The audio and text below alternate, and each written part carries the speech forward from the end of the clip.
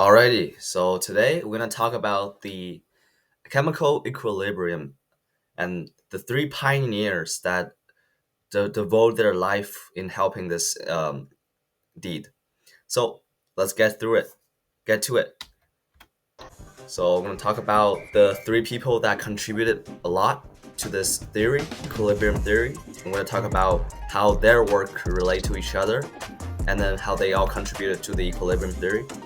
Then I want to talk about how this equilibrium theory works and what are some factors that affects it. Then I'm going to talk about how impactful this theory is and how much good deeds it had provided to us from the past to until now. So let's take a look. Wow, what is equilibrium? Equilibrium, you know. Anyway, let's look at the first section. So the three musketeers, who are they?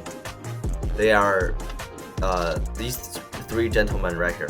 We're gonna talk about the first guy, Henry Louis Le Chatelier.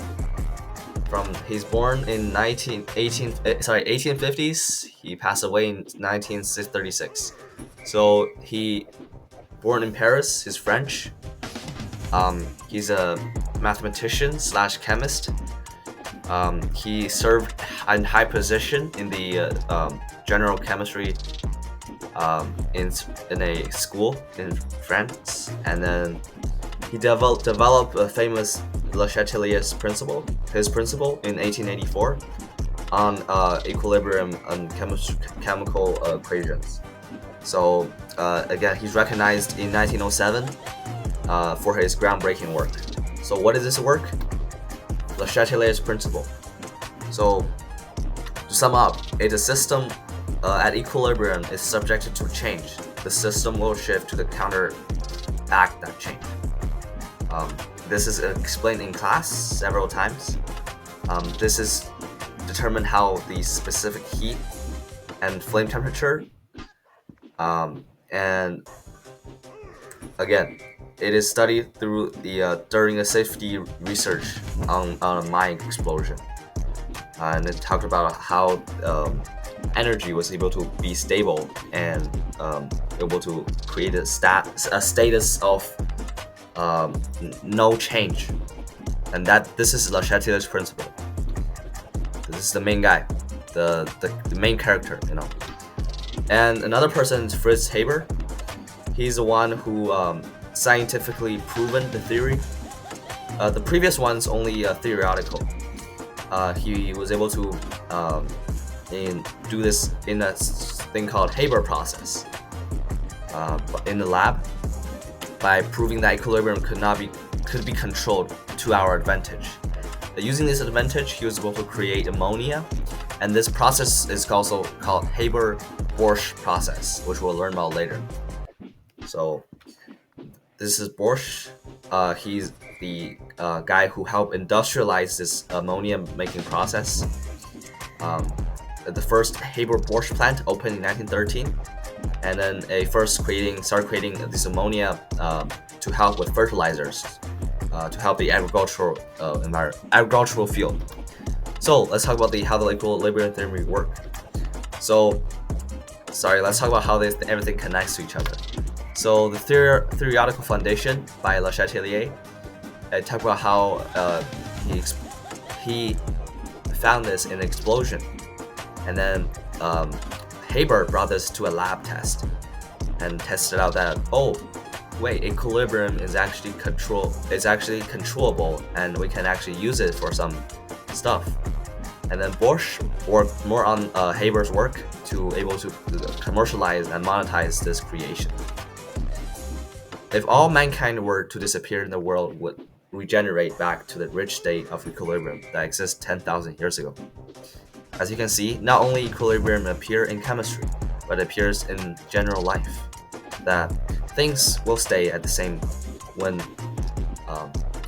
all factors are the same. So third part is that how does this thing work? So factors that affected this: high pressure, the products in the compounds, some involvement of catalyst, and control of temperature. So this will result in the production and the energy consumed in the equilibrium process. So how impactful is this? 180 million tons of ammonia is produced using Haber-Bosch process. Now let's talk about the impact that this had brought.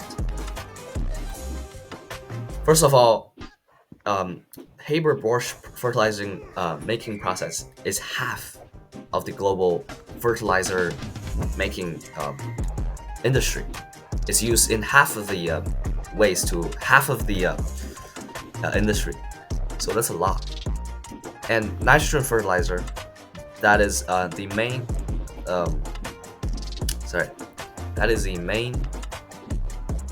product from Haber-Bosch fertilizer process.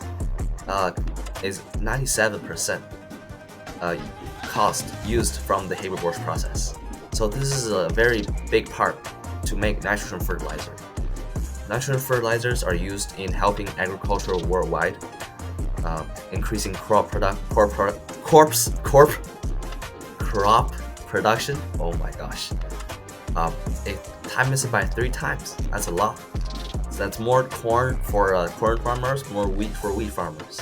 So that's very effective and efficient. So the equilibrium legacy will probably keep going as we step into the AI industry. Involve this with AI. There will be better formulas and ways to control the equilibrium process to make the products standing on our side. And thank you very much. Thanks for your time. And works cited will be provided at the end. Thanks for watching.